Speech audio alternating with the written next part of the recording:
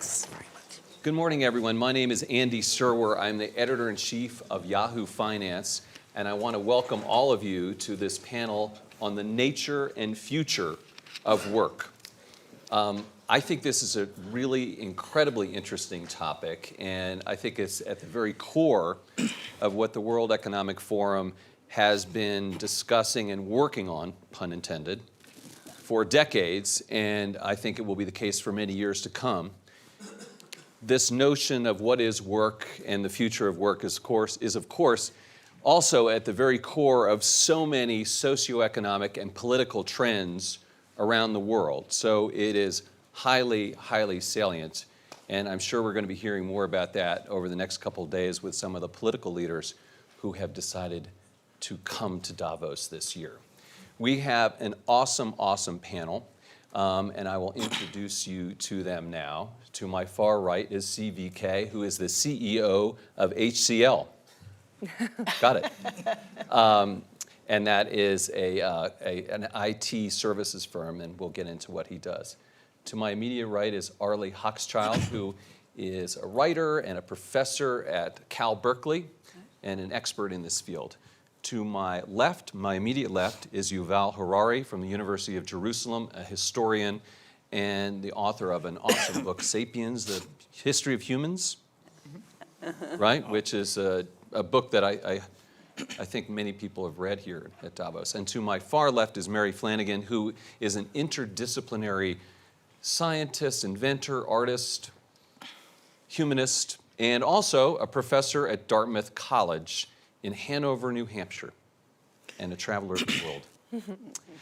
So let's get right into it. Yuval, I want to start with you because you're a historian and you've sort of studied mankind throughout the ages. The medievalists, you're a Middle Ages scholar in particular, but you understand what work was about going back into time and history. So can you give us some context? I mean, what is this notion of work and human beings? What does it mean for human beings to work? Ooh, that's a tough question. It's a biggie. I mean, it changed throughout history many times. For much of history, people didn't work. They survived. I mean, the idea that I have a job, I mean, this is my job, I get up, I go at 8 o'clock to 5 o'clock, I do this. This is quite a modern notion. This is not how hunter-gatherers lived for hundreds of thousands of years. Now, of course, skepticism or anxiety about the loss of jobs is also not something new. Certainly throughout the Industrial Revolution, for the last 2 or 3 centuries, there is always this fear the machines are taking over, we will become irrelevant. But I think that this time it might be true. You know, like with the guy who cried wolf, eventually the wolf really came. Right, okay, that's a little scary. There's wolves, technology wolves. So Arlie, let me ask you, I'm asking broad questions first, then we'll sort of drill down. Let me ask you, what is the state of things right now? Do you consider us to be in a crisis in terms of matching work with humanity? How would you assess the state of affairs? I think we are facing a crisis that we're not talking about. I don't feel that either in the United States, at least, left or right are really saying, hey, automation is here. We need to look at France, let's say. We need, continuing education. So it is a crisis, and my fear is that some political leaders will use the anxiety that crisis creates to blame people who are not at fault, like blacks and immigrants. Okay. CVK, I want to ask you a little bit about, maybe talk a little bit about what your company does, and then also give us a global perspective. How equal is this change around the world? Yeah. We at HCL Technologies, we are one of the fastest growing IT services companies. About $8 billion, 120,000 people, primarily all technology services talent is what we have. And as I kind of look at this problem and then want to narrowly focus on technology industry, I think the wolf is not going to come. That's really the strong belief that I have. And it's really, if you look at every technology company, there is a huge shortfall of skills. We are not able to hire the right skills, whether it is data scientists or cybersecurity specialists, even to do change management, even to do program management in a modern context. It's so difficult to get the right talent. And every company, probably there are more than 1 million jobs in the technology sector, which is not getting fulfilled with the right level of talent. So I do believe in the technology industry, the narrative is very different. Instead of looking at job losses, it's really about how can you reskill and how can you get people much more capable to deliver to the new demands of the day. I would say that. Great. Mary, I think it's safe to say you're a creative person. And so I want to ask you, the kind of big question for you is, are we limiting ourselves in the way that we conceive of work and the way that human beings can think about work? What can we do differently in terms of how we think about behavior and work? Well, this is a really great question because it builds on history, right? I mean, if we didn't have this notion of 9-to-5 work before, and we have it now, we could see changes that are unfamiliar forms of work. So, for example, thinking about new technological partnerships with groups of people working independently who might not be in a corporate structure, cooperative forms of new initiatives. Like I think we're going to be seeing a lot of different formats for corporations and companies that we don't actually have a good understanding for now. But and I think we've seen this in also the push towards the handmade, with the automation and with advances, we also will have a return to the kind of boutique fetishization of the object as well. So let us not forget the kinds of new markets that will be emerging as we have more capacities. We'll also have more need for the human in some places. I want to continue with you a little bit, Mary, and I know you do a lot of work with AI. Mm-hmm. And can you talk a little bit about how AI impacts work? I mean, we all know, okay, technology is displacing jobs, right, or changing them at least. But how is AI affecting jobs and work? Well, I mean, AI is one of the hot topics at the whole forum. So I'll only speak from my perspective on this, which is, I think we have this discourse about AI in terms of automation and kind of moving some simple tasks along. This is beyond kind of like big data and other forms of new knowledges that can emerge from AI. So we have lots of different levels at which AI is operating. For me, what's interesting is to figure out how the human matches into that equation. I don't think AI necessarily replaces, it's not like the job replacer or the job killer so much as this job, in some cases automation, but in other cases it'll act as a partner or improve jobs or improve work, what you can do. My worry, of course, as a humanist is to go back to how are we preparing people to think about this? How can we take someone who's working at a grocery store and help them retool into another kind of work? And then what does society look like in that equation? And those are really tricky areas I don't think we're prepared for in terms of how we even conceive education and preparation to live in our society. Just two notes, by the way, in terms of audience. Number one, the audience here, we will be going to you all for questions at some point about 30 minutes in, so get ready with questions, number one. And number two, I want to welcome everyone who's watching this panel on the live stream, which we are streaming all across the world on Yahoo. So Arlie, I want to talk to you about your book, Strangers in Their Own Land, which is, it sounds like a really fascinating study and work that you did, where you went to Louisiana and talked to people who, I guess you could say, were feeling disenfranchised to a degree.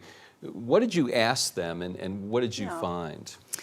Well, I spent 5 years first getting out of my bubble from Berkeley, California, and finding an equal and opposite bubble in southern Louisiana among blue-collar whites, many evangelicals, and really trying to take my own alarm system off and cross what I call an empathy wall, so I could really hang out with them and see what meanings, what feelings they had that underlay their politics.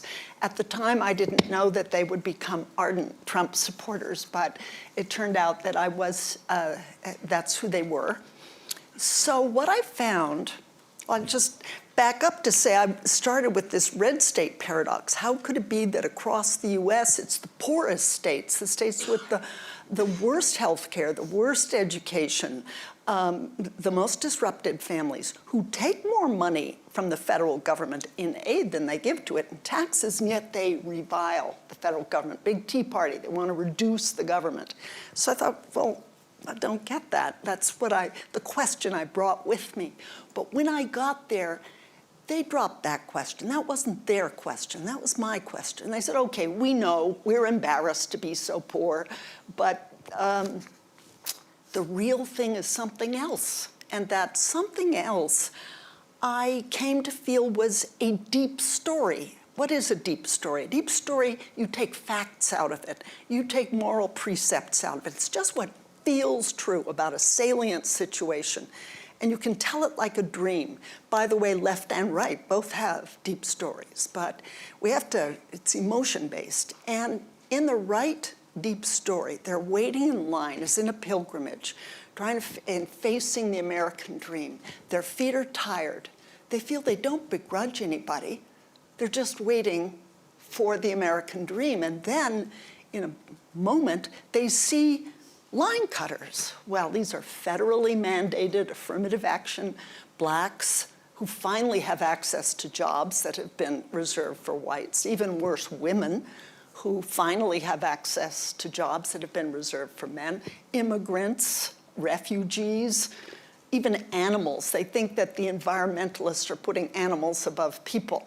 All they see as line cutters, so it feels unfair. And then they see Barack Obama, in this case, as waving to the line cutters. Oh, he's their president. I'm left out, I'm pushed behind. So that's the deep story, and they felt that finally someone heard them. They didn't see anything else for them, not the Democratic Party, not the Republican Party. And someone swooped in, who is now our president, and said, I'm your guy. And they are that desperate. It's not that they love him, but nobody else seems to recognize the situation of decline. And they feel they're being bumped about to be bumped from the good jobs they have or aspire to into the jobs that women and blacks do that are lower paid. And they think, in a way, what's happened to blacks ultimately is going to happen to us. So there's a desperation and an anxiety that I think has to be front and central. This third of the country, it's really important we address it and talk across this boundary. By the way, they want to talk. You mentioned a word I just picked up on, which is anxiety. And there is a lot of anxiety out there. Fear, some of it unfounded. But when you feel anxious, when you feel depressed, that's a reality. And Yuval, you have some thoughts on that people are coping with these kinds of fears of not being able to get the right jobs and work and how it extends to their lives writ large. Can you talk a little bit about that? Yes, I think there are two issues regarding anxiety we should face. First of all is that traditionally, people in that situation faced exploitation. And you had this big socialist call to arms that the exploited should revolt. And being exploited is very bad, but at least you have power. Now people fear something far, far worse than exploitation. They fear irrelevance. Yes, that's right. When you're exploited, you're at least important. They can't shoot me. I mean, who would work? When I'm irrelevant, that's far more scary. So this is one anxiety that is rising. And the other issue with anxiety is that I think that there will be new jobs. The big question is whether people will be able to reinvent themselves to fill these jobs. And if you have to reinvent yourself every 10 years, because the automation revolution will not be a one-time affair. We have a big revolution, everything is in chaos, and then it settles down to a new equilibrium, end of story. No, it will be a cascade of ever bigger revolutions and disruption. And then people have to reinvent themselves again and again, and that's extremely difficult. Yes, it is. To reinvent yourself when you're 20, it's difficult, but you do it. To do it again at 30, at 40, at 50, that's very high levels of anxiety. All right, so you got wolves and constant revolutions over here, Yuval, and this is tricky stuff. But I think you're very much on to something. And I want to ask you, CVK, a little bit about this. And, but the job elimination and losses are real. I mean, McKinsey has a study that says that 1/3 of all workers in the US and Germany will have to find new types of jobs over, say a 10-year period. And so, CVK, you've talked about new formats for jobs, and I'm curious as to what that means exactly. I think the formats of jobs are changing in several dimensions. I mean, first, somebody alluded that it's not an 8 to 5 kind of jobs. It's very flexible hours. That's one fundamental change. Second is, as a society, we've been used to 15 or 20 years of education, followed by several decades of professional career and work. I think that's going to change. We're in a world where it's a state of continuous learning. You learn, you acquire new skills. Just taking on the point that he said, you have to reinvent yourself. You need to be continuously learning. I think that's a very, very important dimension of keeping yourself relevant in the new paradigm. And it's again, you tend to work with more humans as colleagues. We need to get used to working with humanoids as colleagues, because it's really artificial intelligence, robotics, all of them. It's very important to recognize that they enable humans to do some things better and faster. I think as long as that thought is clearly embedded in the minds, and that's the narrative, then you are a lot more working constructively to find solutions. Even if you look at any study, you mentioned about McKinsey, there's a Gartner study which says in the next 3 years, 1.8 million jobs will be lost, but there's a 2.3 million new jobs which are getting created. So I think any study talks about changing profile of the work, the repetitive, monotonous work. Obviously, throughout the history, they've got automated, they've got eliminated, but more creative, more unique, more thinking-oriented jobs continue to evolve. I think it's just recognition of this, and then we really focus on doing something about changing or reskilling the broader workforce. That's where the solution lies. I want to drill down into some of those numbers, because you can see there's all kinds of data out there, and you can find the data that kind of matches your viewpoint to an extent. It's always kind of the case, but here in particular. Let me ask you just point blank about outsourcing, because this is what you do. And is outsourcing bad for developed countries and good for developing countries? Net, pure and simple. Okay, absolutely not. I think if you need to look at outsourcing in different colors. If you look at the technology industry, today every business is getting reinvented with technology at the core. The technology intensity in the industry is growing tremendously and even exponentially. So I think outsourcing is truly creating jobs, because your ability to address or serve the needs of the technology intensity that's really in the play in every enterprise is the core of creating more white-collar jobs. And I think we are a big enabler. We are probably the only industry which is bringing in a lot of young talent and really making them better equipped to deal with the technology requirements that the future is looking at. Okay. Mary, I want to ask you about gender and jobs and the future of work. Oh, yeah. Yep. It's a question. Will women be hurt more or less with the changes coming to employment, do you think? Well, I mean, that's the big fear for most people engaged in any kind of looking at the biases in our systems.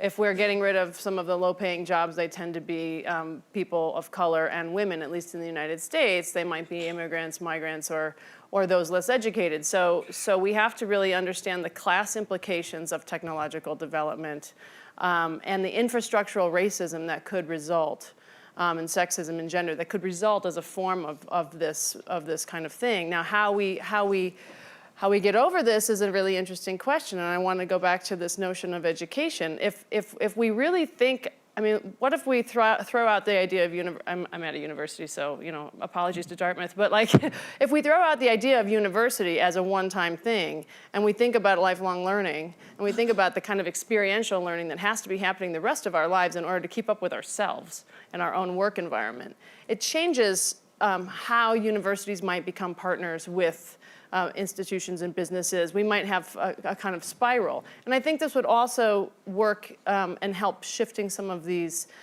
class issues, because right now we don't have a huge section of the population even attending college. It's not relevant. How do you make it relevant? It's necessary to work it's the backbone of the infrastructure of society, right? So I think shifting the role of education may be a dire need really quickly, actually. And I don't think institutions are thinking this way at all. We're thinking about online learning and expanding skills, but it's really these mindset. How are you going to create a creative class? Like that's something that doesn't happen in an online class of clicking your buttons. Like this is something experiential. It's lived. We really need to retool and reinvest in our learning situations, whether they be universities or some other model. You mentioned lower skilled jobs being displaced and maybe women being disproportionately represented in those jobs. And one job that comes to mind that I think is front and center this week is cashiers at stores. And I'm saying that because I don't know if you guys saw this, but Amazon opened up its first cashierless store. And at first when I saw that, I said, oh, I'm familiar with that. I've seen that in the airports. You just check out yourself. But it's not like that. It's a lot easier because, I don't know if you saw this, but it's with the app, and you have Amazon's app, and you scan the app when you walk into the Amazon store, and then you go into the store and you just pick things off the shelf and walk out. Yep. And it scans the things that you are walking with. So it's much easier, because I always found those self-checkout things to be very clunky and slow, and that's a first-gen thing. I always go to the cashier because the cashier's faster. Than you are. Which is job security. Yeah. But this Amazon thing is not job security. And let me see here. There's 3.5 million cashiers in the United States alone. Think about that. And then another one, which is at risk, we'll talk about jobs at risk, are truck drivers. The truck drivers, again, in the United States, the biggest job category, the #1 job in the United States is truck drivers, and we've all heard about driverless trucks coming. So Arlie, I just want to ask you if you've given any thought to what kind of work will we be doing, and what kind of work do the subjects of your book aspire to, maybe as a question I could ask you then. Yeah. The first thing I'd say is that work, the fact of work, is hugely moral for the people I came to know in Louisiana. In other words, I talked with one woman who said, I'm a worker, She didn't tell me how good she was at the work. She didn't tell me that was how she identified how herself. Important, consequential, did it make a better world? It wasn't that. It was just, I work. And she attached pride to that. And so desperate was it that she said, actually, I think we ought to go to Europe and France and take all the graveyards of fallen American soldiers from World War I and II, bring those graveyards back to Louisiana or somewhere else where American workers can tend the graves and with American lawnmowers can mow the lawn. Wow. This was her feeling. And it wasn't. Lots of jobs there.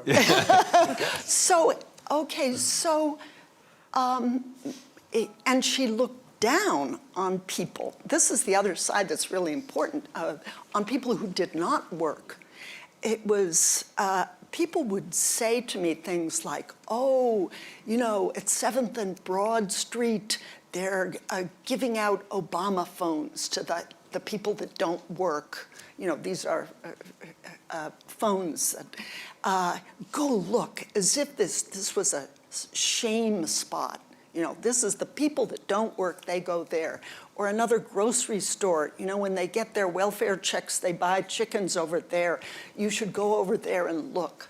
What was I being told to do but to experience the shame that they attach to non-work? So you're talking about a change of mental set, and you too, that we have to reschool ourselves. But the people I'm talking to, the Trump supporters, are they're not ready at all. And I would add a gender point, that I think part of what I saw being tapped is a crisis in manhood. Yeah. I think that Donald Trump has tapped into some anxiety again, that men are feeling even more than women. And that I know there's some research done at Berkeley that indicates that first-generation college students, you know, should I go to college or not? Women are more likely to say, okay, do I dare accumulate the debt? Yes, I do. And it's the guys who say, no, I don't dare go to college because it would cost too much, and they're staying in the blue-collar avenue. Well, that's the most vulnerable avenue. So I think we have to look at men as in crisis and anxious and find a solution. No, I think you're spot on. I mean, especially younger women are particularly achieving more, you know, that generation, than Gen X and Gen Z. And by the way, I also want to make a point that, you know, and I'm sorry if we're talking a little bit about the United States too much, but I think that all of these trends that we're talking about apply to Europe and other parts of the world as well, particularly Europe. It's developed countries. I mean, you've seen the same political reactions and traits and trends in Europe, in many countries in Europe, that you are seeing in the United States. So it's sort of metaphorical and emblematic that way. Yuval, I want to ask you about humans and work again. What work are humans best suited to do? And what work makes the most sense for humans to do now and in the future? Oof. I'll give you the hard one. You keep coming back with the wolves and the revolutions, and so I'm giving you the hard ones. Well, you know, a lot of what people do is just not recognized as work. Like raising kids, it's not recognized as work. You can just, you know, change the label and say, oh, there is plenty of work for everybody. It's just whether you recognize it as such or not. And certainly much of the work that people do today or in the last century or two, it's definitely not in their nature to just stand like Charlie Chaplin in a big factory and just screw something all day. We are as we evolved as hunter-gatherers, we are much more adapted to go to the forest, look for mushrooms, climb trees, and things like that. But who does that today? So there is no, I mean, we are beyond the point when you can say there is a natural human work or there is a natural human job. The lines keep shifting, especially not just as AI is developing. I think there is far too much focus on AI and robotics when we talk about the future of the job market. And we should pay equal attention to what is happening on the biotechnological front, and especially to our ability to decipher human beings, decipher the human brain. A lot of jobs depend on the ability to understand human emotions. I mean, even to just, you know, driverless car, you need to understand these pedestrians. How are they behaving? Certainly, if you want to replace, I don't know, bankers or social workers, you need understanding of human emotions. And the big revolution, which is happening in parallel with AI and machine learning, is deciphering the human brain. And we could reach a point in the not-too-distant future that AI could have better emotional intelligence than human beings. They won't have consciousness, they won't have feelings of their own, but if you accept what the life sciences are telling us, that emotions are just biochemical algorithms, they are not some metaphysical spirit, then we are very close to the point when an AI will have better emotional intelligence than human beings. So what are we left to do then? That's the big question. This is the question of our panel. Exactly. Well, so I'm asking, you have to Moderator. answer. I mean, so we talked about this.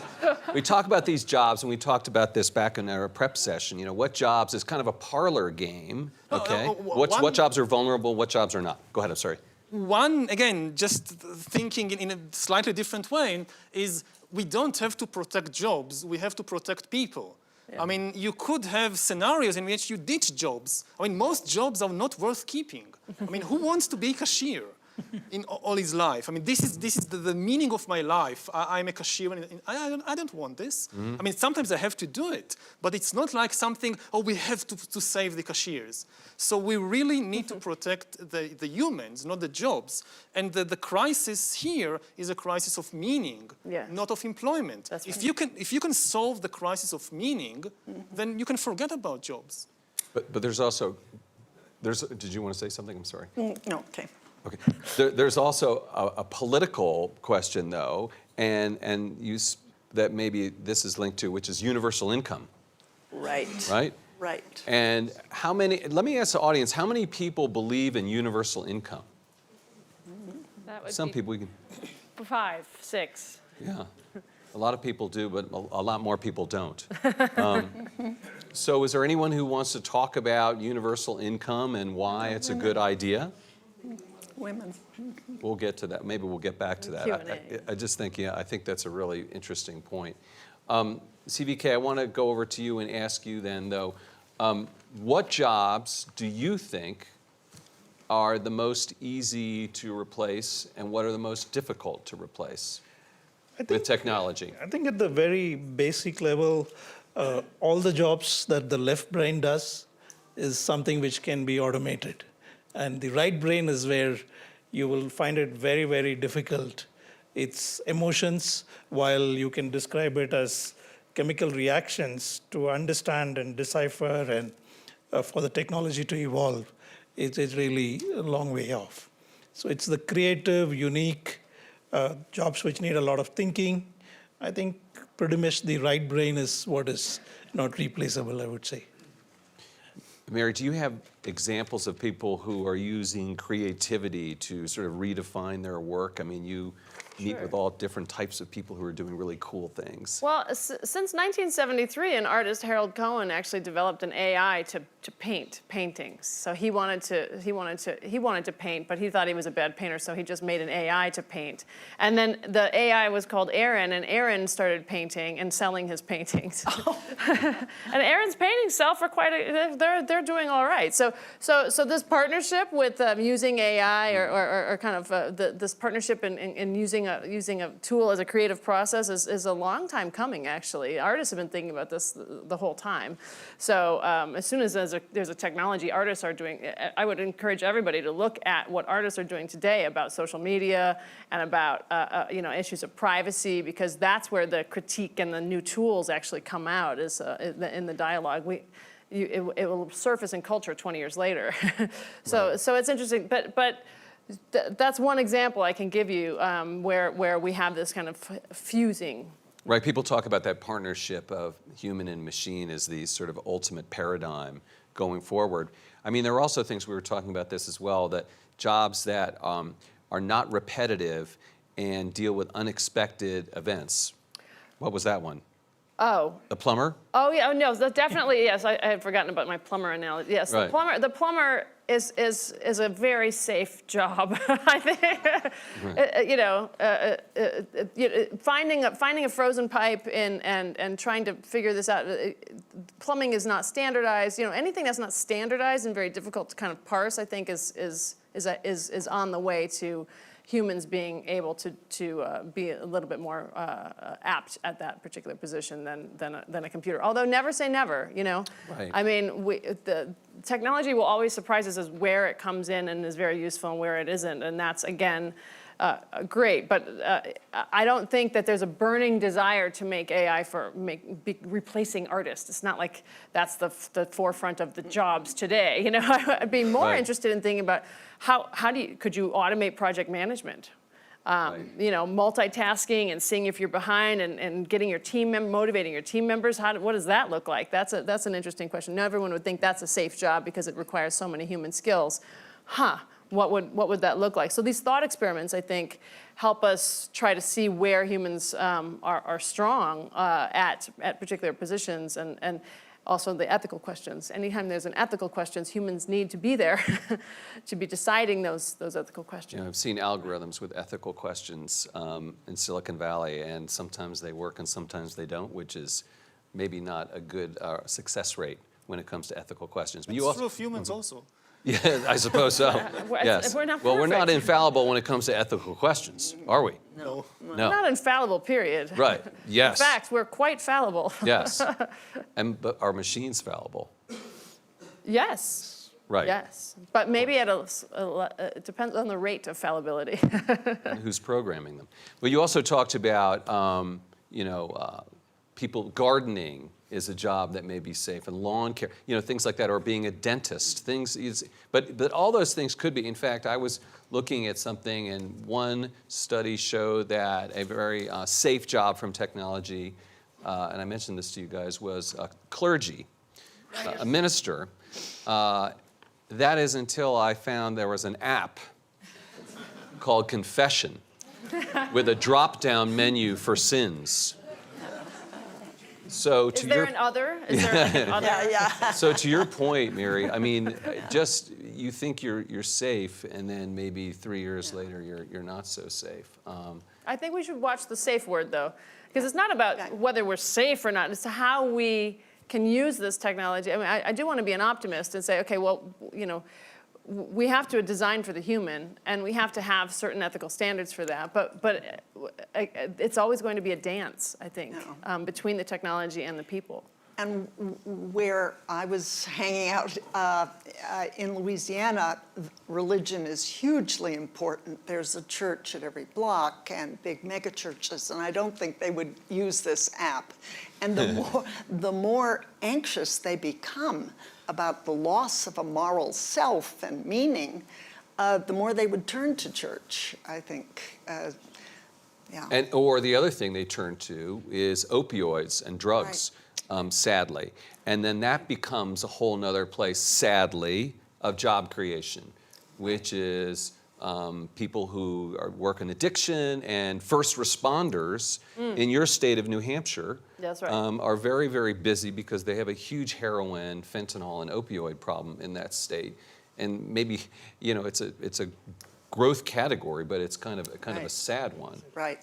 Right. I want to ask you, Arlie, a little bit about the government, because that was sort of a key issue for the people in your book. And can government be a source of help for people as they transition to other jobs? There was a program in West Virginia where they were trying to help coal miners become coders. Right. And it sounds a little silly maybe, but No. a lot of people signed up. There were 50 openings and 700 people signed up. That's my next project, actually. I got a call from a Democratic congressman, 17th District in California, Bo, his name is, and he made an agreement. His constituency is Silicon Valley. And he said, half my constituency are Asian, I'm Asian myself, and he made a deal with a Republican congressman from Paintsville, Kentucky, whose constituency are unemployed coal miners. And what they have done is set up coding program, takes 30 weeks, you get $400 a week, and are promised a $40,000 a year job if you succeed. The first 30 students have graduated, and they call themselves now Silicon Hollow. So they're staying right there in Kentucky. They don't want to move, but they're doing coding for apps for cell phones. So will their jobs be automated out? Well, maybe eventually, and are older people graduating from these courses? I'm going to find out. But it's a start, and I liked it that it seemed bipartisan and forward-looking. And incidentally, in Paintsville, Kentucky, there's an opiate addiction, huge problem. Right. And presumably this could help with that. You mentioned Asia, and I want to talk to you, CVK, about that, and government policies in the two most populous countries in the world, India and China. And I would maintain that jobs and having a robust job economy is a policy/obsession of the Chinese government. Yeah. And I'm wondering what your take on that is, and in India as well. Is that an obsession for Prime Minister Modi? Absolutely. I think if you just try and differentiate how this problem manifests in Asia versus rest of the world, I think the fundamental difference is in the demographics. The number of young graduates or people, millennials, who are getting into the workforce every year is more than the population of a few countries, right? So I think the challenge is of a very different dimension, which is posed by the demographics. So I think job creation, trying to kind of train them and make them equipped for the entry-level jobs is the big agenda. I'm sure it's a big agenda in India, and so is the case with China as well. Yeah, in China. And I think go ahead. all of them have a role to play. The academia has a big role to play because the nature of education is quite not aligned to what the job requirements are. There is a huge gap between them. So there is a lot of effort going into training them to make them eligible for the jobs. And government also has a big role to play because the availability of access to training, awareness of what are the right skills to really build capabilities on, and industry as well. I mean, industry needs to bridge the gap between the education and employability. I think that's a big gap, especially on the technology industry. It's a very big thing. Someone made the point, and I don't know if this is urban myth or not, but that in China, for instance, there are so many technology graduates that the government uses those graduates as part of the security apparatus, that filling all those jobs of people surveilling the population of China and the populations of other parts of the world is actually, sure, it's security, but it's also, we need to get jobs for these people. Yeah. So the implications there are sort of interesting as well. Again, you hear things in the United States about China that are not necessarily the case, so we have to be careful about that. I want to see if we can go to the audience and get some questions from you guys. Oh, we got some people right away. Do we have microphone? We do. There's two people. You have to choose between those two. It's your, okay, he did it. Please. Good afternoon. I'm a global shaper from Kazan. My name is Leysan. I'm also from educational system, and I'm an associate professor in university, and I have a question. How and who should change our traditional educational system? And could you please describe ideal future educational system and how it will looks like, in your opinion, maybe? I want to say very big thank you to you for incredible discussion. Thank you. We have two academics here. You guys both want to answer it? One at a time. Okay, Go ahead. I'll sing. Yeah. Or anyone else. You can. Three academics. Yeah, we have three Yuval. academics. You too. So many academics. Right. I'll start because I'm verbose and I have really clear things to, hopefully clear things. So I've been advocating since I've been at Dartmouth 9 years, and I've been advocating that we throw out classrooms and just throw out the whole notion of the way we learn. And we teach in project teams and tackle real-world problems that also include philosophers, social scientists, hard scientists, technologists, and we just go around, and artists, and work as project teams doing a whole curriculum in this kind of way. So that's been my proposal. No one's listening to me, but it's great. I propose these things, and I really do believe that we need to reshape even not only the way that disciplines work together and specialties and generalizations for 21st century skills. We call these, things like creative problem solving, things like even the wow factor, being excited about things is like a kind of skill. We don't need information. We need information retention. We need cross-disciplinary thinkers who can grab onto solutions. But I also, there's that sense, but it's also about teamwork. And I wanted to get back to this whole, we haven't traditionally, at least in formal United States learning structures, emphasized teamwork. And I know that that's different around the world. But teamwork is really still very uncomfortable for students and very untrusted and difficult to assess. And obviously, I also do game design, and those are very team-based kinds of things to do. So teamwork is still something, it should be a natural thing that is a part. Humans are social creatures, whether we like to think about it or not. So, that was a cell phone, I don't know. Good. All right. I'm just not hiding, I could do that too as a social creature. But so that's one proposal for you. Yuval, you have anything to add from the University of Jerusalem? Go ahead, Arlie. You want to... I love what you just said, Mary. That really sounds very exciting. What I would add to it, I think, is the idea of universities getting out of their moral bubbles.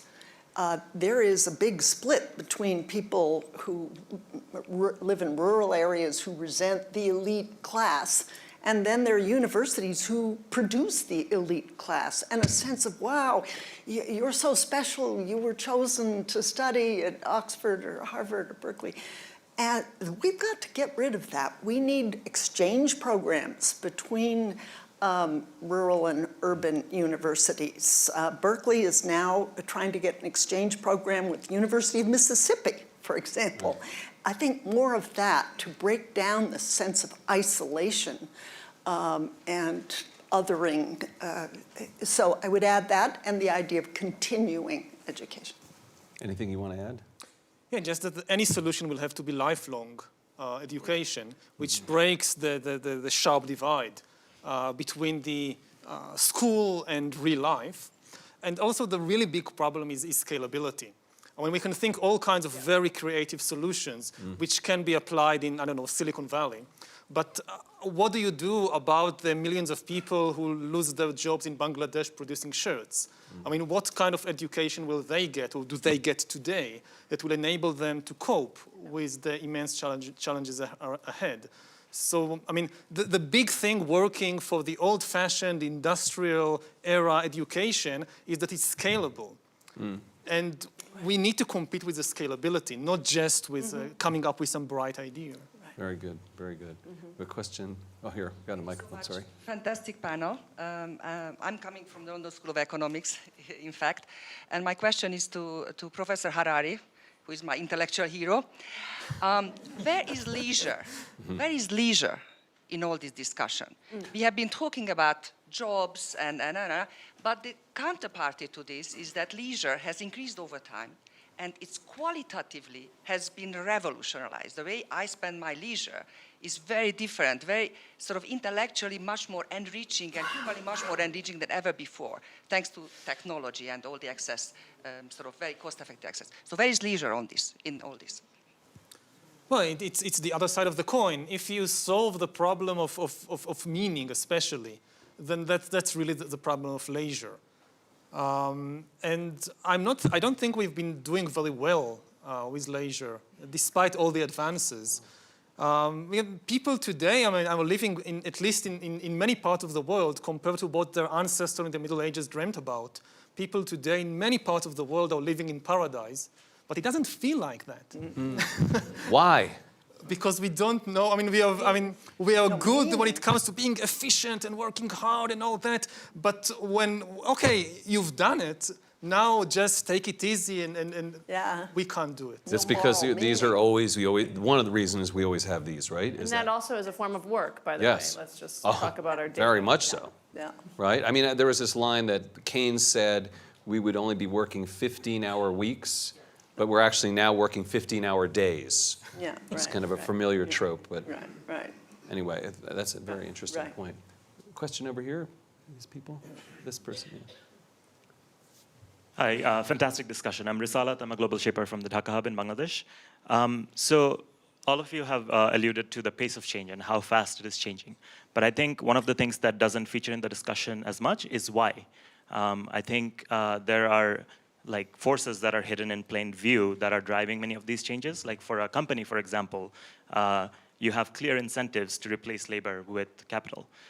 So these conversations, like those hidden forces, can we bring them into the discussion and think about how we can change the incentives to prioritize people and not just the drive for efficiency at the expense of people? Thanks. So your thoughts on that, please. Yeah, It's kind of a business question. yeah, I mean, this is, It's important. businesses and corporations are always going to push the envelope of efficiency, right? And I think every time when they've done that, the outcomes have been better, right? One is you may have eliminated some jobs, but the quality of what is being done, the speed at which things are being done, that only benefits the larger good.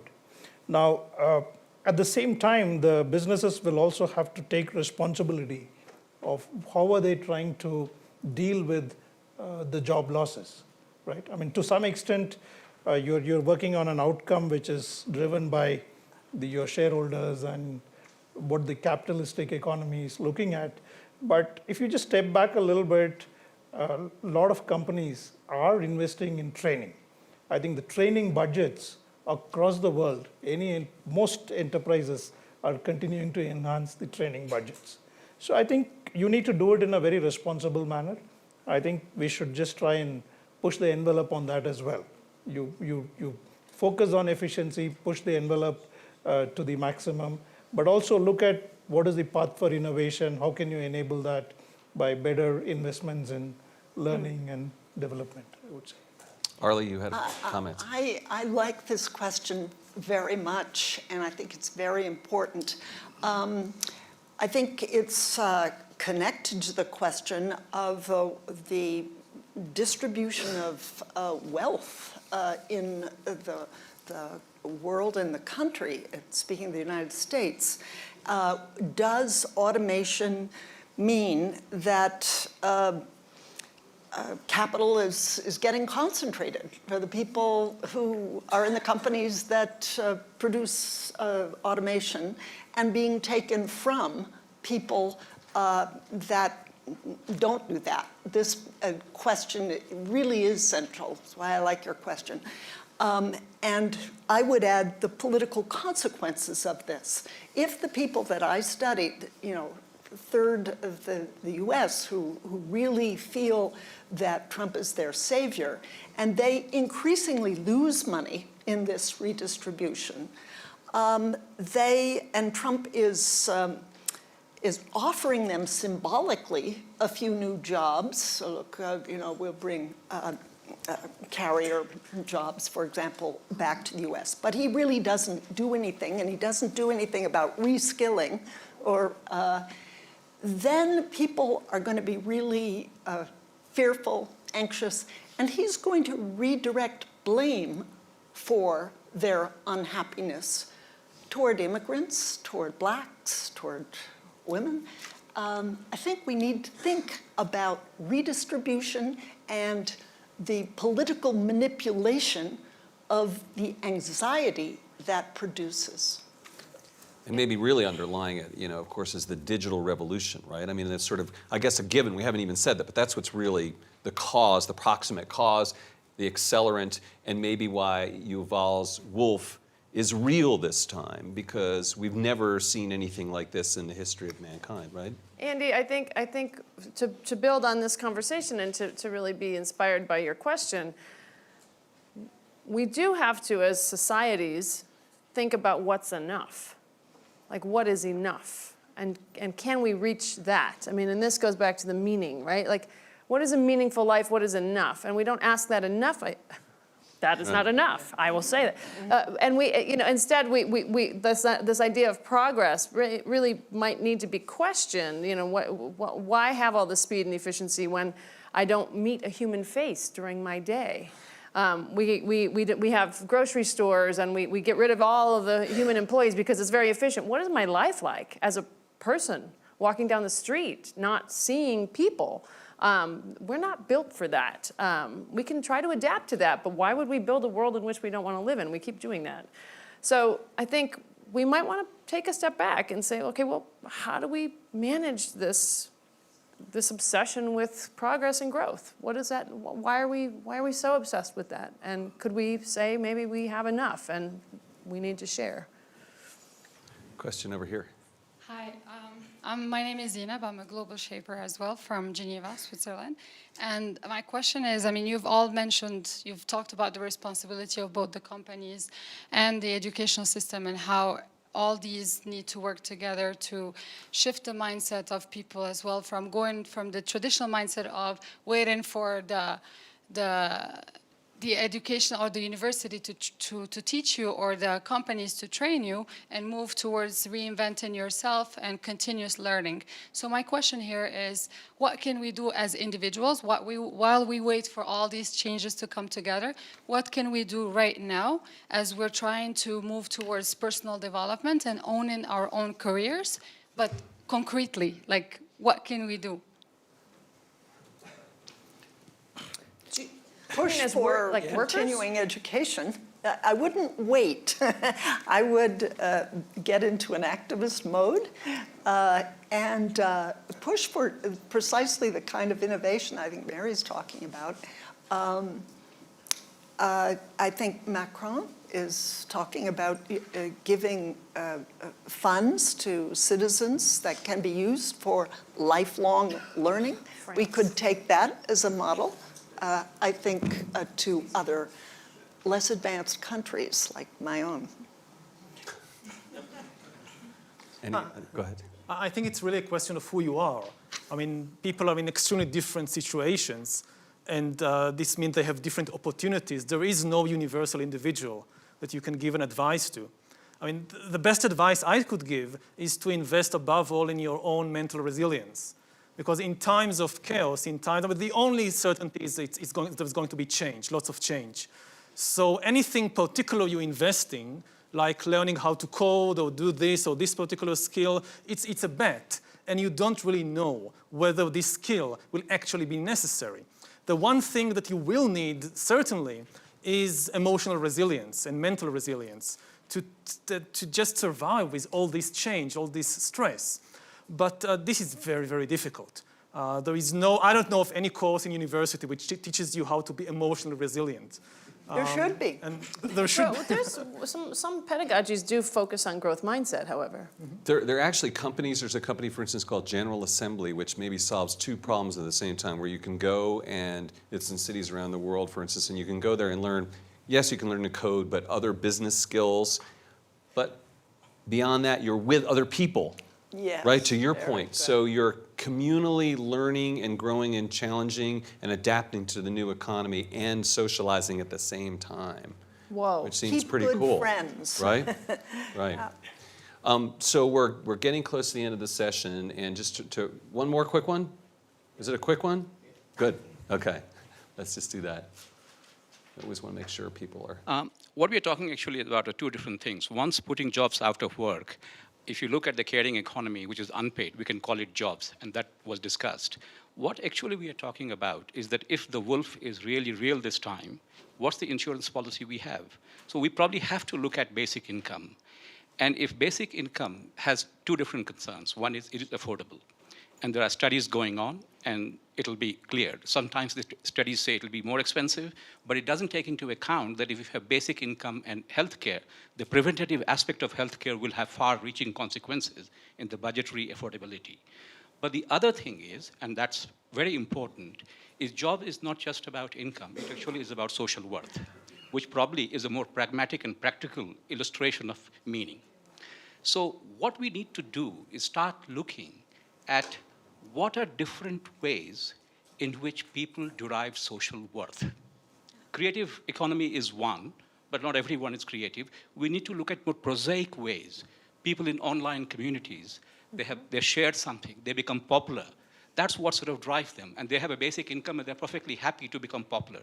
So as academia and as civil society, we need to understand, where do people derive social worth? Just as an insurance policy, if the wolf is real this time. Or we're going to take that as a comment rather than a question, yeah, because yeah. not because it wasn't, because it could be, but also yeah. mostly because we're out of time. It's a very good comment. So I really enjoyed this conversation. I learned a lot, and I hope you guys did too. And it's obviously just the beginning. I mean, this is an unprecedented time in which we're living. The solutions are murky, the change and the wolf are here, and we're all going to be living it and experiencing it, and I hope thriving in it as well. So please join me in thanking this great panel, CVK, Arlie, Yuval, and Mary.